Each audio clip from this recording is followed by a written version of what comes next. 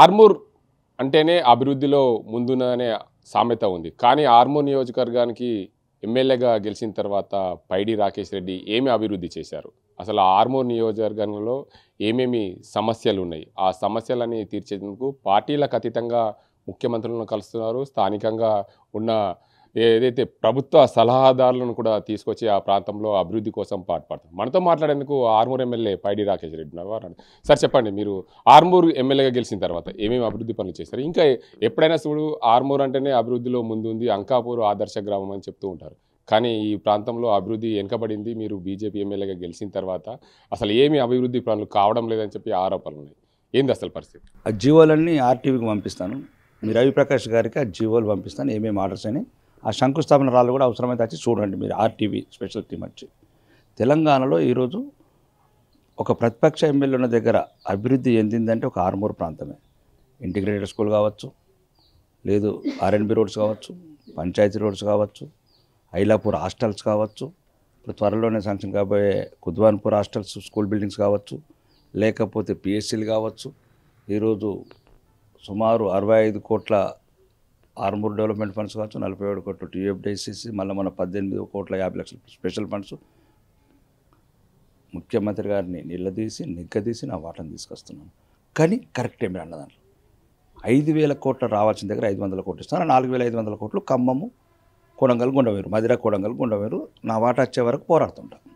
ప్రధానంగా ఎప్పుడైనా చూడు ఒక ఎమ్మెల్యేగా గెలిచిన తర్వాత స్థానికంగా ఉండే ప్రజలందరూ కోరుకునేది అభివృద్ధి కోరుకున్నారు. మీరు అన్నారు ఆర్మూర్ అన్ని నియోజకవర్గాలు అంటే ఆర్మూర్ అభివృద్ధి చేస్తున్నాం.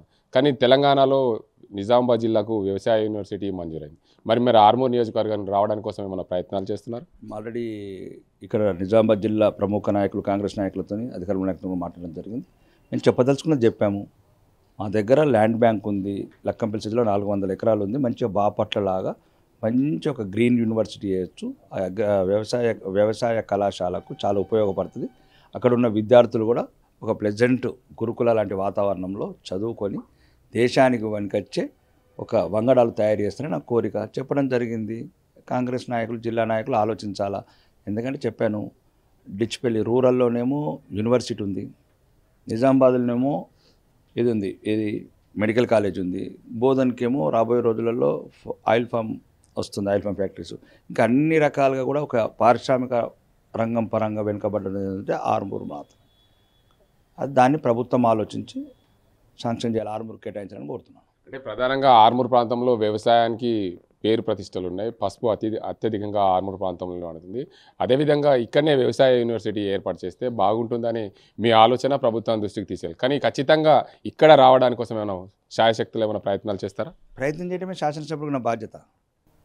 నేనేమంటున్నానంటే నేనే కాదు, ఇక్కడ ఉన్న కాంగ్రెస్ శ్రేణులు కావచ్చు, బీఆర్ఎస్ శ్రేణులు కావచ్చు, మిగతా ఎనీ రాజకీయ పార్టీల నాయకులు కావచ్చు, అందరు రండి, కలిసి ఆర్మూర్ గురించి అడుగుదాము. ఇదే కాకుండా అన్ని విషయాల మీద కూడా అందరం ఐక్యంగా ఉందాము. ఐక్యంగా ఉండి ఆర్మూర్ అభివృద్ధికి పాటుపడదామని నేను ప్రతిపక్షాలకు పిలిపిస్తున్నాను. స్థానిక సంస్థల ఎన్నికలకు నోటిఫికేషన్ రాను. ఇప్పటికే బీఆర్ఎస్ పార్టీ నేతలు కారే రావాలి, ఆర్మూర్లో మొత్తం కారుకు సంబంధించిన సర్పంచ్లే గెలుస్తారని చెప్పి చాలా చోట్ల ప్రచారం జరుగుతుంది. ఆర్మూర్ మాజీ ఎమ్మెల్యే జీవారెడ్డి అంటున్న పరిస్థితులు నెలకొన్నాయి. ఎర్రగడ్డలు కూడా చాలామంది అదే అనుకుంటున్నారు. హైదరాబాద్ ఒక ఎర్రగడ్డ ఉంటుంది, ఎర్రగడ్డలు కూడా చాలామంది అదే అనుకుంటున్నారు.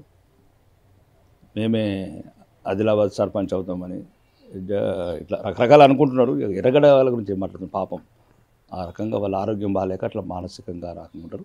అట్లాంటి స్టేట్మెంట్ అదే నేను అనుకుంటున్నాను. మీరు ఏదైతే నందిపేట మండలం ఐలాపూర్లో ఒక మీటింగ్లో మాట్లాడారు, ఆర్మూర్ ప్రాంతానికి సంబంధించిన ముఖ్యమంత్రి అయితే ఈ ప్రాంతం నిజామాబాద్ జిల్లా ప్రాంతానికి సంబంధించిన ముఖ్యమంత్రి అయితే అభివృద్ధి చెందుతాను. అసలు ఆ మాట ఎందుకు రావాల్సి వచ్చింది?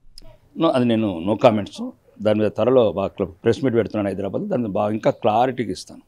Okay, thank you. మొత్తానికి చూడొచ్చు, నిజామాబాద్ జిల్లా ఆర్మూర్ అంటేనే అభివృద్ధికి అదృష్టంగా భావిస్తారు. ఆర్మూర్ నియోజకవర్గంలో అత్యధికంగా వ్యవసాయానికి ప్రాధాన్యత ఉంది. ఆర్మూర్కి వ్యవసాయ యూనివర్సిటీ వస్తే బాగుంటుంది అని చెప్పి నేను రాష్ట్ర ప్రభుత్వాన్ని కూడా కోరుతున్నాను.